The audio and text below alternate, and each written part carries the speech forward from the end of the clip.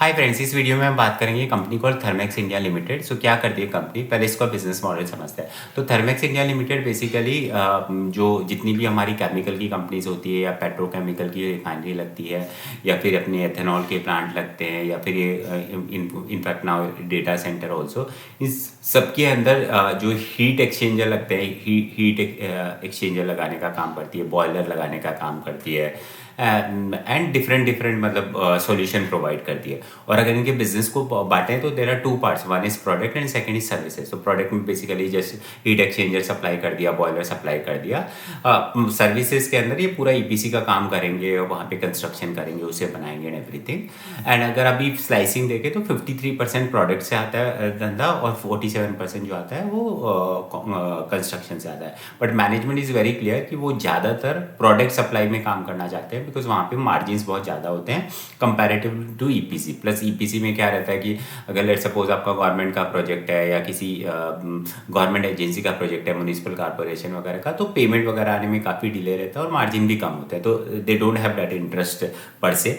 धंधे को अगर वैसे डोमेस्टिक वर्सेज एक्सपोर्ट में बांटूँ तो 83% बिजनेस जो आता है वो डोमेस्टिक से आता है और 17% जो बिजनेस आता है वो एक्सपोर्ट से आता है। नाउ अभी देखेंगे मतलब business is not really doing well. मतलब अगर आप इनकी फाइनेंशियल्स की बात करेंगे तो Q3 में revenue has grown by 4.2% and 9 month में तो रेवेन्यू फ्लैट ही है। Due to operating leverage and everything से Q3 का एबिटा जो इंक्रीज हुआ है वो 35.6% हुआ है और 9 मंथ का 7% है। सो एंड स्टॉक जो ट्रेड हो रहा है वो 60 के मल्टीपल पे ट्रेड हो रहा है। तो मतलब ऑन फेस ऑफ इट अगर हिस्टोरिकल नंबर से देखूँ तो it does not make sense. ठीक है, अब उसके रीज़न क्या है? वन इज जो बेसिक रीज़न है वो है कि एथेनॉल की जितनी भी जो फैक्ट्रियाँ लगा रही थी, फैसिलिटी वगैरह लगा रही थी, दैट डिडंट गेट थ्रू। जहाँ पे इनके बॉयलर, हीट एक्सचेंजर वगैरह लगने थे वो नहीं लग पाए बिकॉज क्या हुआ कि बेसिकली कंसिडरिंग द अभी एथेनॉल का पूरा ओवर सप्लाई हो गया, मतलब बहुत सारी फैक्ट्रियाँ लग रही है डिमांड सप्लाई के कंपैरिजन में, और गवर्नमेंट पर से एथेनॉल का वो भी नहीं बढ़ा रही है, रेट भी नहीं बढ़ा रही है। तो ओवरऑल जो यूनिट इकोनॉमिक्स है एथेनॉल की चले गई, तो अब नई फैसिलिटी लगना पॉसिबल ही है। तो दस वन पीस। सेकेंड इज जो केमिकल डिवीजन है पूरा, वहाँ पे भी इनको स्लो डाउन ऑब्जर्व हुआ है। तो मतलब वहाँ पे इनके खर्चे तो बढ़ गए हैं in terms of investment, growth investment, this and that, but ultimately revenue नहीं आ रही है, तो उस वजह से इनका ओवरऑल मार्जिन डाउन हो गया है। Plus other than that also the domestic market is not doing that well, but export market has done really well. मतलब एक्सपोर्ट में जो भी रिफाइनरी लग रही है, जो दूसरे कंपनीज के साथ काम कर रहे हैं, वहाँ पे they have done really well.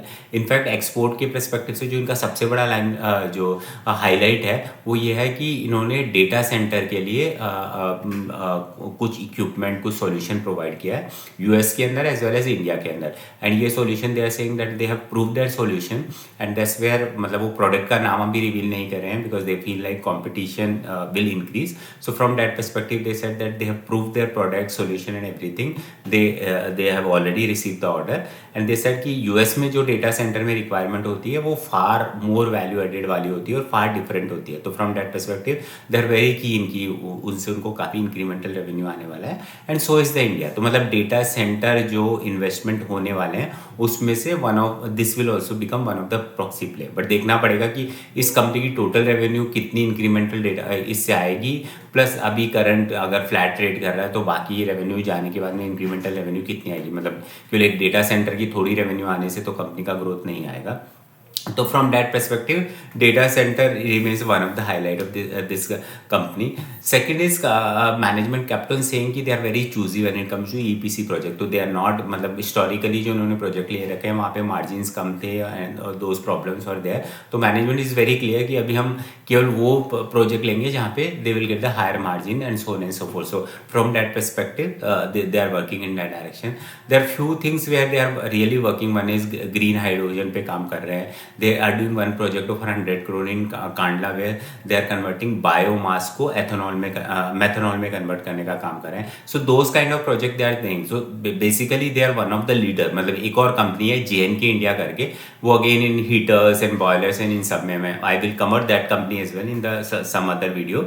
But point is that they are one of the leader they are the best, and these are niche technology, but considering the stock has run up really well in last 4-5 years, and अभी revenue क्योंकि investment का scenario probably in this industry where they operate in थोड़ा subdued है, तो उस वजह से growth is not visible, but अगर ये data center पे और ये methanol पे आता है तो definitely company should do well. So good company in terms of the technology and everything, good idea to observe and track, but nothing much at this moment. No buy and sell recommendation. Thank you.